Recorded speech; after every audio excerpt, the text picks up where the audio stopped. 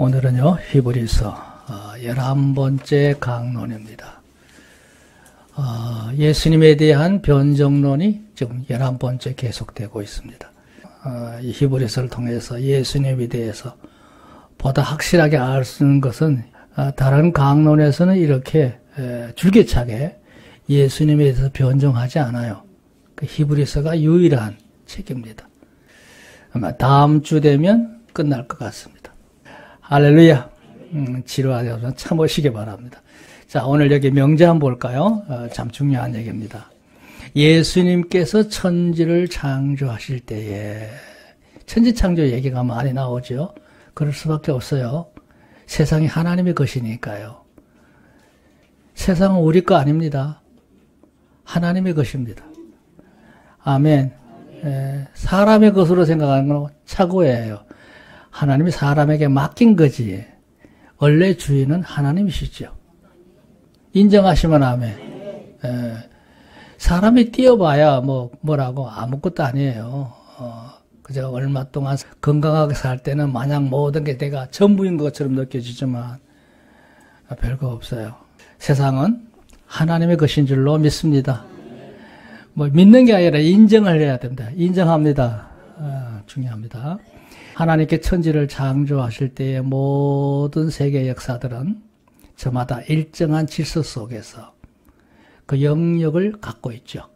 하늘은 하늘대로, 수목은 수목대로, 생물들은 생물대로 그 자기들마다 그 영역을 지키면서 군락을 이루고 있는 게 자연의 모습이에요. 이쁘잖아요. 그 질서 있게 살아가는 모습을 볼 때마다 사람들은 마음에 정서적으로 다시 0점을 잡아요. 0점 잡는다는 말이 남자분들은 알아듣는데 이제 우리 여성도님들은 뭔 말인가 싶을 거예요. 0점 잡는다는 말은 뭐냐면 촉을 가지고 말이죠. 간역을 쏘았을 때 그 크릭을 잘 맞춰야 내가 쏘고자 하는 목표물에 딱 맞는 거예요. 최소한 3발 정도를 쏘보면서 어느 쪽으로 기울어져 있는지를 알 수 있어요. 그걸 크릭을 조정합니다. 몇 발 쏘고 나면 이게 내가 조준한 그 타켓을 향해 정확하게 들어갈 수가 있어요. 그걸 0점 잡는다고 그래요. 사람이요, 이렇게 복잡하게 세상에 살다가 한 번쯤 밖을 나가게 되면 자연을 바라보면서 마음이 힐링이 된다고 하죠, 요즘 말로. 정서적으로 안정감을 찾아요. 그게 뭐냐? 마음의 0점을 잡는 거야. 그건 뭐냐면 세상의 이 모든 것들이 그냥 아름다운 게 아니라 하나님이 세우신 일정한 질서 속에 여전히 그대로 변함없이 움직이고 있거든요. 사람만 흐트러지는 거예요. 그러다가 이제 자연 속에 나가면 마음이 다시 이제 차분해지면서 제정신으로 돌아오지 않습니까? 그게 이제 0점 잡는다는 얘기인데요. 자, 그런 가운데 잘 보세요. 땅에 있는 모든 생물들 중에 그 식물 세계 말고 생물 세계는요, 모두가 공통점이 하나 있어요. 그게 뭔지 아십니까? 피를 가지고 있다는 거예요. 동물들, 어류들, 조류 할 것 없이 피를 갖고 있어요. 피를. 놀랍지 않아요?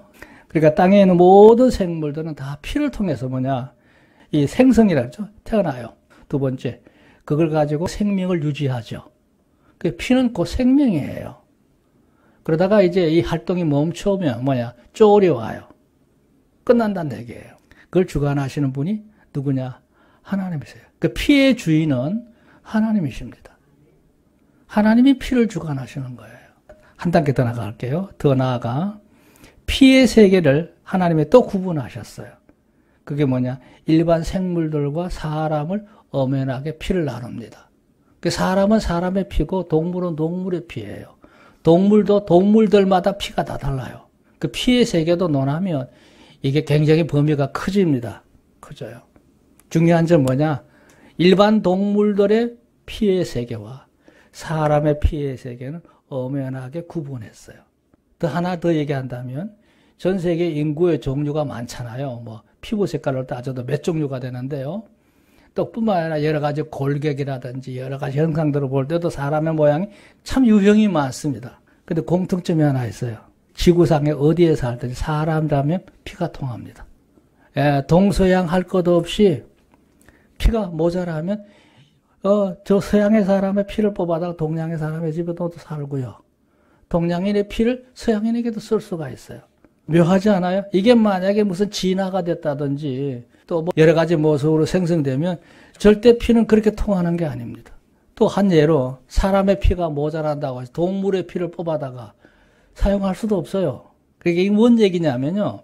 세상에 존재하는 생명체의 모든 종류는 철저한 계획하에 누군가에 의해서 만들어졌다고 하는 것을 말하는 거 아니에요? 그걸 증명하는 사실이에요. 그분이 누구예요? 한 분밖에 없어요. 만약에 이 모든 것을 지으시니까 둘, 셋, 뭐 이렇게 여러 다종류가 된다고 하면 절대 이건 서로 뭐랄까 유기적인 관계? 예, 유무상통할 수가 없는 거예요. 그러니까 이 자연세계만 고찰해 봐도 어떤 한 분이 철저한 계획하에 이 모든 걸 엄격하게 구분하시면서 이 모든 것을 지으셨구나. 그걸 인정할 줄로 믿습니다. 그 웬만한 머리면 그 정도 판단은 된다는 얘기예요. 그러니까 사람과 일반 세계의 모든 걸 다 구분하셨어요. 그런데 문제는 뭐냐? 사람 같은 경우에는 피를 가졌지만 일반 동물 그 이상입니다. 뭐 이상? 그건 좀 어폐가 있는 말인데요. 예, 비교할 수도 없는 존재가 사람입니다. 여기 그랬죠? 사람의 경우에 단순히 육체의 생명만을 위한 피가 아니고요. 그 이상의 의미를 가지고 있는, 목적을 가지고 있는 존재가 바로 우리 사람이라는 거예요. 자, 여기 일대에서 말한 중요한 요소는 뭐냐?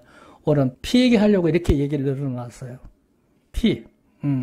자, 2단계 이제 구체적으로 설명할게요. 성경적으로 말할 때 구약 성경에서의 피는 세 가지 유형으로 쭉 구분하고 있어요. 첫째 하나가 뭐냐? 예, 전통적으로 제사를 드릴 때 피를 드렸어요.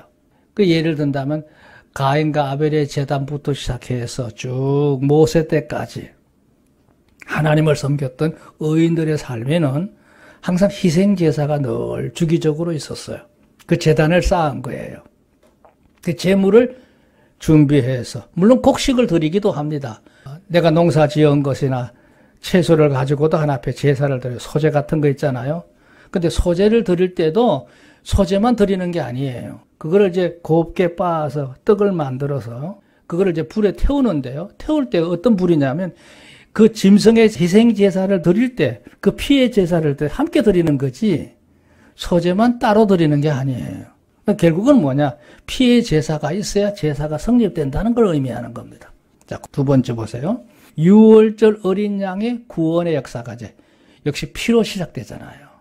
애굽에 특히 장자 재앙을 내리기 전에 하나님께서 이스라엘 백성들로 하여금 너희는 이달 열흘까지 각각 집집마다 식구들의 숫자를 따라서 먹을 만큼의 양을 준비하라 그랬어요. 그러다가 나흘 뒤에 14일 날 저녁에 그 양을 잡아서 피를 뽑아가지고 문술주와 임방에다가 피를 이렇게 바르라고 그랬어요. 그리고 들어가서 문을 닫고 서서 그 고기를 구워 먹으면서 기다리라 그랬거든요. 그게 유월절이에요. 그 유월절에 애굽의 사람이고 짐승이고 간에 첫 번째 태어난 그 장자들, 초태생들이 다 죽어가는데 이스라엘 백성들은 아무 어려움이 없었어요. 누가 지켰어요? 양의 피가 지킨 거예요. 피가. 그 피의 역사가 바로 유월절 아닙니까? 그 이후에요. 그 피라고 하는 개념이 이제 서민들의 이제 강야 생활을 시작하면서 제도적으로 하나님이 성막 제도를 세우시고 각가지 제사를 이제 이거 정례하여요. 그래서 그 규례 가운데 빼놓을 수 없는 절대적인 요소가 뭐냐? 짐승의 피예요. 그 피의 제사를 계속 드리고 있는 거예요. 그 얘기를 하고 있어요. 그러니까 이게 구약 성경의 피는 이렇게 세 가지로 특별히 구분할 수 있다 이런 얘기죠. 그런데 구약 성경에만 그러냐? 아닙니다. 신약 성경에서도 마찬가지예요. 누구의 피가 빠지면 안 돼요? 예수님 피가 빠지면 안 돼요. 여기 얘기죠. 신약 성경은 사람의 온전한 구원을 위하여 예수 그리스도께서 십자가에서 대속의 값으로 죽으셨죠. 피 흘리셨어요. 그 피, 그렇게 해서 단번에 일반 양이나 염소나 재물은 일시적인 것이었지만 예수님은 온전한 분이었잖아요. 완벽히 거룩한 분이었잖아요. 그러니까 이제까지 계속 반복적으로 진행되어 왔던 모든 제사들이 예수님 한 번으로 끝나버린 거예요. 그 단번에 말이죠. 단번에. 이제까지 그렇게 수없는 양을 잡아서, 소를 잡아서 드렸던 피 흘림의 제사가 더 이상 필요하지 않을 마지막 마무리를 지으신 것이 바로 십자가의 사건입니다. 주님이 죽으심으로 우리가 구원에 완성됐다는 걸 의미하는 거죠.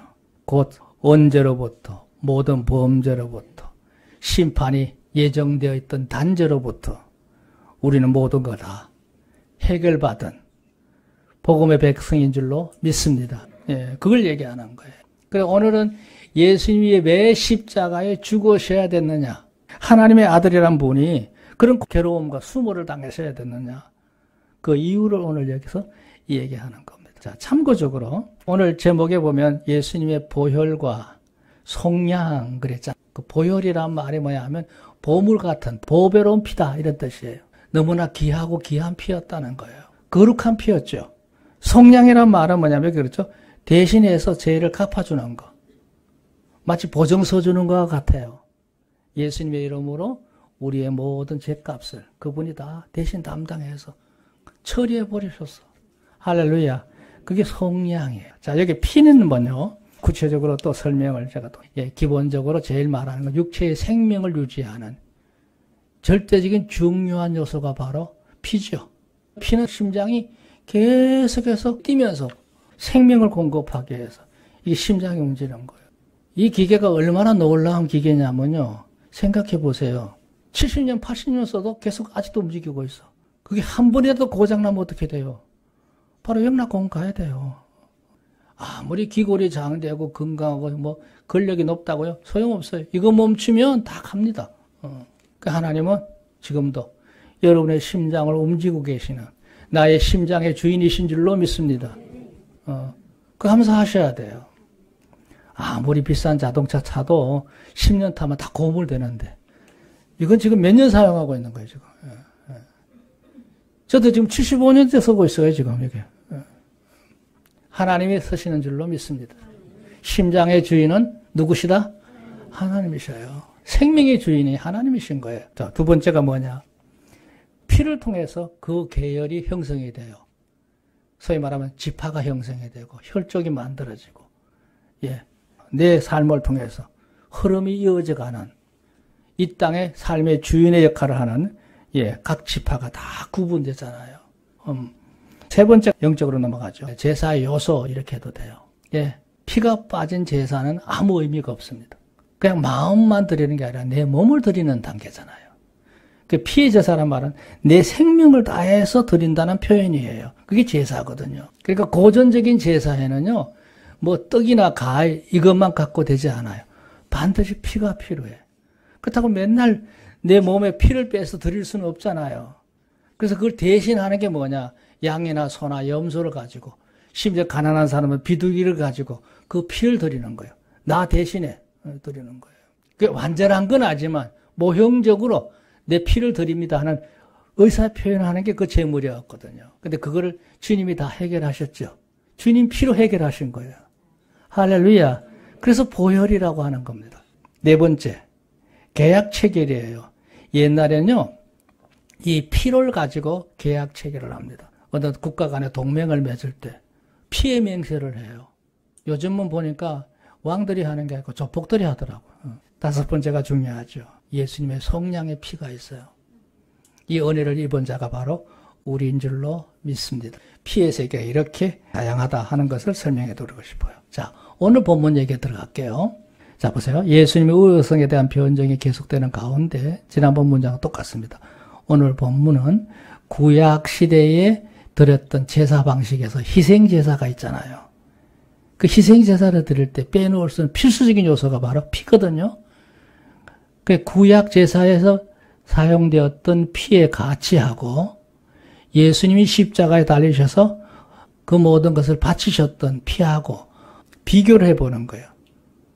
그 가치성이라든지 그 시효성이라든지 그 안전성에 대해서 오늘 이 시간에 비교하려고 합니다. 그걸 다루고 있는 게 오늘 본문이에요. 이게 우리에겐 좀 생소할 수 있지만 유대인들에게는 이미 고대로부터 그들의 아주 뼛속 깊숙하게 희생제사에 대한, 피해제사에 대한 개념을 갖고 있을 때 그런 제사하고 예수님의 피의 가치를 비교한다? 이건 아주 엄청난 충격인 거예요. 이거는. 우리는 이미 그 모든 간격을 다 간과하고 예수님의 대속의 보혈의 공로를 바로 1차적으로 소개받았기 때문에 그게 더 크게 보이지만 구약 성도의 사상을 가지고 있는 성도들에게는 이게 만만치 않은 문제거든요. 그러니까 이 문제를 다루는 거예요. 그런 점에서 우리가 유용하다 이렇게 말할 수 있어요. 아까 읽었던 본문 가운데요. 15절부터 이제 17절까지 내용을 우선 여기 다룰게요. 여기 일대제 대속함의 완결 그런데 예수님의 피해에 대해서 먼저 전제하는 거예요. 전제하는 말입니다. 15절 볼까요? 이를 인하여 그는 새 언약의 중보니 이 말은 뭐냐면 전체로 예수님은 우리에게 새 언약의 중보자가 되신다. 그걸 이제 먼저 선언하고 있어요. 이 말은 뭐냐면 첫 번째 언약이 있었지만 그거는 이제 그 모든 시효성이 끝났다. 이제는 새로운 언약으로 변신했다. 바뀌었다 이거죠. 그 언약의 주인공이 누구냐? 바로 예수님이신데 하나님과 우리 관계에 새로운 중보자가 되신다. 그래서 이 무슨 얘기냐면 구약 시대에는요 제사 방식을 통해서 하나님께 가까이 나아가는 것에 대해서 부지런히 연습을 했어요. 근데 그게 안전한 건 아니야. 다만 사람들의 일정한 영성을 지키면서 하나님을 섬길 수 있는 신앙심만 지키는 데 전념했을 뿐이에요. 완벽한 건 아니에요. 그러니까 그들은 항상 시시때때로 아니면 정기적으로 하나님 앞에 늘 화목제도 드려야 했어요. 번제도 드려야 했어요. 소제도 드려야 했어요. 속건제와 속죄제를 드려야 했어요. 수시로 했어요. 근데 그 언약의 모든 체계와 질서는 이제 멈추고 하나님께서 새로 제시한 게 뭐냐? 이제는 단번에 해결한 문제라 예수님을 통해서 새로운 언약의 중보자로서 세웠다는 거예요. 다시 그는 반복되는 게 아니라 이 한 번으로 끝났다는 거죠. 그럼 이제부터 뭐 할 거냐? 그 예수님을 내 마음속에 영접하기만 하면 돼. 그러면 하나님께 약속하신 은혜의 선물의 축복의 역사를 우리와 함께 하시겠다는 증거예요. 여기 설명 잘 해놨어요. 보세요. 구약시대 희생제사의 피는 단지 육체적인 정결만을 위해서 지내왔던 제사 방식이었어요. 근데 예수 그리스도의 십자가에서 흘린 피는 뭐냐? 온전한 대속자야. 그 모든 걸 다시 번거롭게 다시 반복할 이유가 없어. 이제는 우리의 영혼까지 안전히 거듭나게 하는 새로운 언약의 중보자가 바로 예수님이신 줄로 믿습니다. 그러니까 구약의 율법은 행위를 다스리기 위한 제사였다면 예수님의 십자가의 피는 우리의 영혼까지 근본적으로 다 해결하는 중보자가 되시는 예수님의 피인 줄로 믿습니다. 그걸 얘기하고 있는. 두 번째, 2번 보세요. 모세 때부터 시행된 첫 언약의 제사로는 절대로 사람이 완전해질 수가 없어. 근데 이제는 예수님이 온전히 거룩하신 하나님의 아들로서 세상에 오셔서 그 모든 걸 감정하셨기 때문에 단번에 말이죠. 완전하게 돼버린 거예요. 끝맺음이 돼버렸다는 얘기예요. 끝맺음을. 그게 얼마나 중요한 말이에요. 3번 설명 보세요. 이것도 중요한 말이죠. 이제부터는 예수님을 영접한 자에게 영원한 하늘의 기업을 받게 하려 하심이었다. 할렐루야. 여러분의 다음 나라는 하늘나라인 줄로 믿습니다. 우리가 윤회하는 게 아니에요. 예수님이 첫 번째 부활의 주인공이시고요. 그에게 붙은 자, 두 번째 우리가 주님이 다시 오실 때 부활하신다는 거예요. 믿으시면 아멘. 윤회사상은 잘못된 거예요. 그거는. 있을 수 없어요. 자, 6절, 7절이 재밌는 말인데요. 16절, 유언은 유언한 자가 죽어야 되나니 유언은 그 사람이 죽은 후에야 경고한 즉 유언한 자가 살았을 때는 언제든지 효력이 없느니라. 마치 민법을 공부하는 것 같죠. 유언장이 참 중요하잖아요. 뭐 가난하게 살던 사람이 별거 없지만 부유하게 살던 부모가 세상을 떠나면 자식들의 제일 관심은 거기 가 있거든. 옛날에는 그냥 세상 떠나기 전에 부모가 이렇게 한 마리 유언이 됐지만 요즘은 그게요. 그거 갖고는 안 되니까 형제들이 싸움 나거든. 그 변호사에 가서 공정을 받아놔요. 이제 내가 죽으면 내 재산을 이렇게 누구에게 얼마 이렇게 주라. 그게 법적 효력이 있거든요. 그 유언장이 굉장히 중요하죠. 예. 그 얘기예요. 그런데 그거 뭔 얘기냐? 유언장이 그렇게 설령 공정을 받아서 만들었다 할지라도 그가 살아있는 동안에는 그게 효력이 없어. 그 당사자가 세상을 떠나야 효력이 있다는 얘기. 여기서 말하는 의도는 뭐냐면 이거예요. 4번 설명 보세요. 유언의 효력은 죽은 후에야 있듯이 예수님이 십자가에 달리셔서 분명히 죽으신 줄 믿습니다. 사흘 동안 무덤에 계셨어요. 죽었다는 얘기예요. 그게 뭘 의미하느냐. 만약에 예수님이 다시 살아났으면 생전에 하셨던 그 모든 말씀에 효력이 있어요, 없어? 그런데 그분이 죽으셨거든. 그 얘기를 하는, 비유를 한 거죠. 그러니까 옛날에 그 부족했던 모든 건 다 종결 짓고 이제 새롭게 구원의 길이 열렸다. 그걸 선언하셨단 말이에요. 그게 십자가인데. 그리고 주님이 죽으셨어. 하나님께서 예수님을 통해서 언약하신 그 언약의 역사를 매듭을 지었다는 뜻이에요. 그러니까 이제 그 모든 걸 다 끝내고 이제부터는 새로운 언약에 의해서 시행이 된다 하는 게 바로 십자가 예수님이 죽으신 의미라는 거죠. 그러니까 예수님이 꼭 죽으셔야 되는 거예요. 아이고 좀 고생당하시다가 다시 깨나시지 이렇게 아니요. 주님 죽으셔야 주님이 그 모든 감당하고 언약했던 그 모든 것들이 그대로 집행이 되는 거예요. 믿으시면 아멘. 바로 예수님의 죽음의 의미가 그런 것이다 하는 걸 설명하고 있어요. 재밌죠? 자, 18절부터 저 22절까지는요. 서민들이 제사 드리는 방식에 대해서 다시 옛날 얘기를 하는 거예요. 18절, 19절. 이러므로 첫 언약도 피를 세운 것이 아니니 모세가 율법대로 모든 계명을 온 백성에 말한 후에 송아지와 염소의 피와 물과 붉은 양털과 우서철을 취하여 그 책과 온 백성에게 뿌려 그랬어요. 자, 설명을 보시면 더 좋아요. 1번 율법 시대에도 모든 제사에도 율법으로 선포된 제를 따라서 송아지, 염소의 피와 물과 붉은 양털과 우서철을 가지고 어떤 사람이 제사를 드리러 왔어. 그러면 그 죄를 저지른 그 사람에게도 뿌리게 되고 단에도 뿌리게 되고 그리고 제단을 운영할 때 사용되는 모든 도구도 있잖아요. 그게 다 피를 뿌려서 제사를 집행했어요. 그 왜 그러느냐? 이제 이 속에 진정성이 있다는 걸 의미하기 위해서 그래요. 제사만 달랑 드리는 게 아니고 당사자에게도 제단에도 모든 도구에도 뿌려서 이렇게 바칩니다 하는 표현이 바로 옛날에 방식이었단 말이죠. 이제 20절 보세요. 이르되 이는 하나님이 너희에게 명하신 언약의 피라 하고 또한 이와 같이 피로서 장막과 섬기는 일에 쓰는 모든 그릇에 뿌려넣으니라 그랬잖아요. 여기 설명을 잘 보세요. 곧 집례자는 그러니까 당시 제사장들 말이에요. 백성들에게 그 제사를 집행하기 전에 이렇게 말합니다. 집례자니까 이것은 하나님이 여러분에게 약속하신 대로 이 피를 통해서 제사함 받기 위해서 드리는 피니라. 그렇게 이제 선언하고 난 다음에 백성과 제단과 모든 도구에 뿌리면서 어떤 정결 예식을 행하든지 속죄제를 행하든지 속건제를 행하든지 한단 말이죠. 그래야만 그 제사가 효력이 있어. 근데 놀라운 게 하나 있어요. 이 선언은요, 예수님도 하셨어요.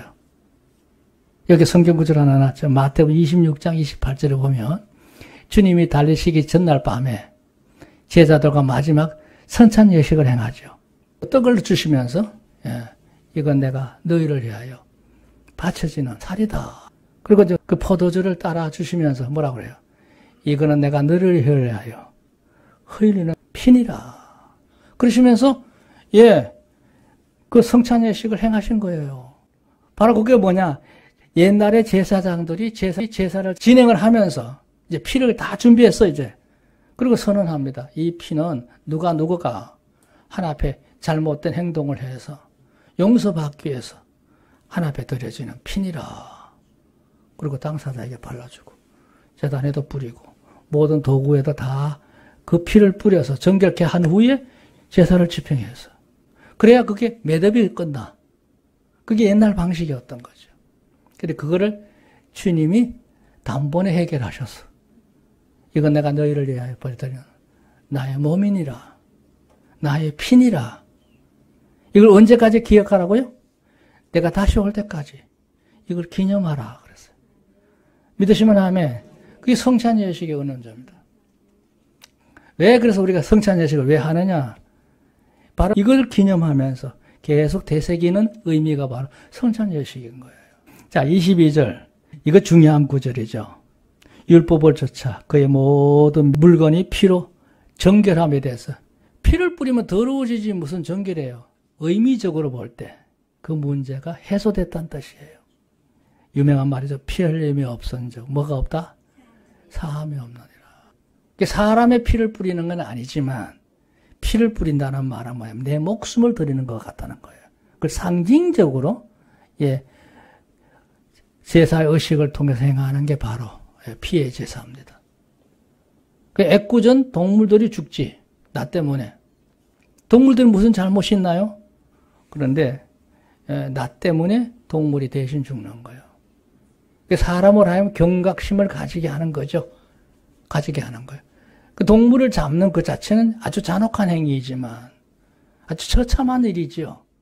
하지만 사람이 그걸 볼 때 당연하게 얘기하는 게 아니라 나 때문에 저 아무 죄도 없는 깨끗한 저 양이 죽어야 되는 거구나. 그럴 때 사람은 감성적으로 자기의 잘못을 대해서 다시 한번 뉘우치게 되고 조심하게 되는 거죠. 그게 구약 제사의 본질이에요. 본질. 근데 사람이 어디 그래요? 한번 그렇게 마음 다짐하면 평생 가요? 아니요. 또 금방 잊어버려. 또 저질러. 그 일을 계속 반복해 왔던 것이 구약 시대의 제사였어요. 이젠 그럴 필요 없다는 거예요. 어떻게? 예수님을 구주로 영접했으면 그분 앞에 이제 고백하면 돼. 할렐루야. 구약의 제사 방식은 다 멈춰지고 이제 예수님을 내 마음에 모시고 사니까 예수님 이름으로 고백하면서 용서를 구하는 거예요. 그럴 때 하나님이 우리의 모든 용서를 받으시는 줄로 믿습니다. 그게 새로운 언약입니다. 이해가 되세요? 할렐루야. 이 중요한 말입니다. 중요한 말이에요. 자, 세 번째 단락입니다. 자, 그러면 예수님의 피가 이제 아까 1번과 연결된 건데요. 대속함을 입은 성도들이 어떤 삶을 누리게 되느냐.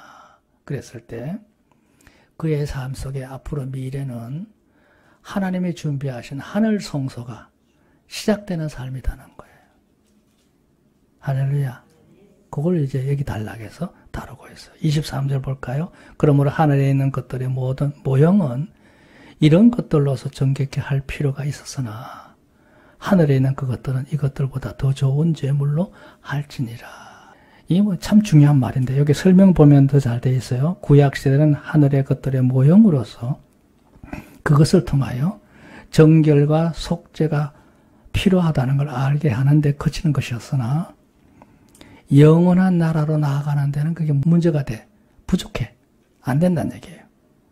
그래서는 반드시 완전하고도 새로운 언약이 필요해.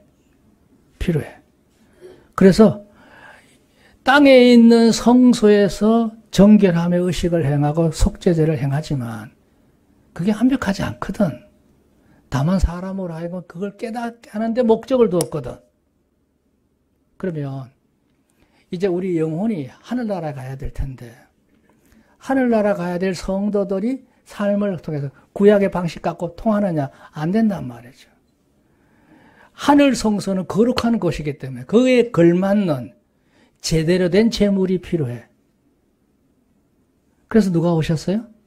예수님이 오셔서 그 값을 치렀다는 뜻이에요. 할렐루야. 그러니까 땅에서는 성소의 제사만으로도 돼. 그러나 하늘 성소에 가려고 하면 그 주인공이 되려면 그 백성이 되려고 하면 더 온전한 제물이 필요한 거야. 근데 사람들 속에 누가 찾을 수 있어? 없어. 몇 명이나 하겠어요. 근데 하나님이 예수님을 세상에 보내신 거예요. 너가 감당하고 와. 너가 대신해서 다 갚아. 그래서 우리는 예수님을 통해서 하늘나라 갈 수 있는 자격을 갖게 된 줄로 믿습니다. 명예시민권을 가지게 된 거예요. 얼마나 놀라운 일이에요. 그 얘기를 지금 여기서 하고 있는 거예요. 그러니까 히브리서가 아니면 이런 논리를 펼치는 곳이 없어요. 이거 엄청난 말씀을 하고 있는 거예요, 지금. 24절. 그리스도께서는 참 것의 그림자인 손으로 만든 성소에 들어가지 아니하시고 오직 참 하늘에 들어가사 우리를 위하여 하늘 앞에 나타나시고 그렇잖아요. 땅에 있는 성소의 것은 사람으로 하여금 만들어진 성막이고 건물이잖아요. 그건 안전한 거 아니잖아요. 얼마 동안은 괜찮지만 시간이 가면 자연히 낡아지게 되고 못 쓸 것으로 흉물이 되고 말아요. 근데 하늘의 것은 손으로 만든 게 아니야. 하나님이 지으신 것이야. 여기 2번 설명 볼까요? 예수님이 대속으로 말미암아 땅에서 손으로 만든 성소가 아니고 단번에 하나님 앞으로 나아갈 수 있는 길이 열렸다는 것을 25절 대제사장이 해마다 다른 곳에 피로서 성소에 들어가는 것 같이 자주 자기를 드리려고 아니할지니 여기 3번 설명 볼까요? 성막 제도 하에서는 대제사장이 매년 짐승의 피를 들고 지성소에 들어가야 되잖아요. 매번 들어가야 돼요. 매번. 근데요. 이제는 그리스도께서 단번에 해결하셨기 때문에 그래야 할 필요도 없어요. 이제는. 그러니까 다시 히브리인도 돌아가서 옛날 제사 방식을 드려야 돼. 이렇게 자꾸 미혹할 거 아니에요. 이제 더 이상 그럴 필요가 없다. 그게 빠지지 말라는 거예요. 아주 단호하게 끊고 있는 거죠. 왜 그러냐? 26절. 그리하면 그가 세상을 창조할 때부터 자주 고난을 받아야 할 것으로 이제 자기를 단번에 제사로 드려 죄를 없게 하시려고 세상 끝에 나타나셨느니라. 여기 참 재미있는 말인데요. 예수님이 왜 구약시대 그렇게 오랜 세월 지나 탄생하셔서 십자가를 지셨느냐. 그랬을 때 그 연대 시기가 말이죠. 천지 창조부터 시작해서 세상 끝날까지 쭉 이걸 한 줄로 늘어놨을 때 그 시대 토막이 있잖아요. 근데 주님이 언제 오셨느냐? 제일 마지막 토막에 오셨어요. 그러니까 세상 전체 역사로 보면 세상의 끝부분에 해당된다는 얘기예요. 예수님 오실 때부터가 말세예요. 예. 그 말세에 왜 오셨느냐? 이제까지 모든 일을 이 한 번으로 매듭을 지으시려고. 만약에 예수님이 구약의 제사처럼 그렇게 된다면 태초로부터 오셔서 또 죽고 또 죽고 탄생과 죽음을 계속 반복하셔야 되는 거예요. 그런데 그럴 필요가 없단 말이죠. 그분은 안전한 분이기 때문에 단번에 오셔서 단번에 끝내버린 거예요. 그게 구속의 구원사인 줄로 믿습니다. 좀 어려운 말이죠. 이게 유명한 구절가 나오죠. 한 번 죽는 것은 사람에게 정하신 것이요. 그 후에는 심판이 있으리니. 지구상의 모든 사람은 하나 앞에서 반드시 서게 되고 심판을 받게 되는 그날이 오게 된단 말이죠. 그것을 주님이 해결해 주셨어. 이제는 하나 앞에 우리가 서서 심판받을 일 없어요.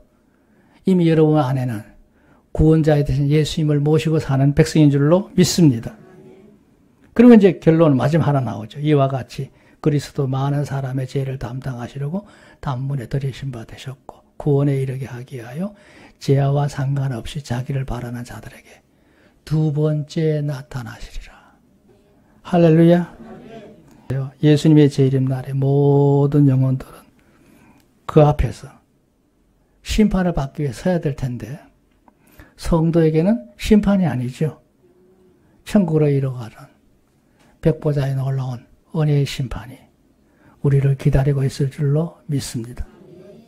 사람은요, 잘 보세요. 어떤 사람은 한 번 태어나서 두 번 죽는 사람이 있고요.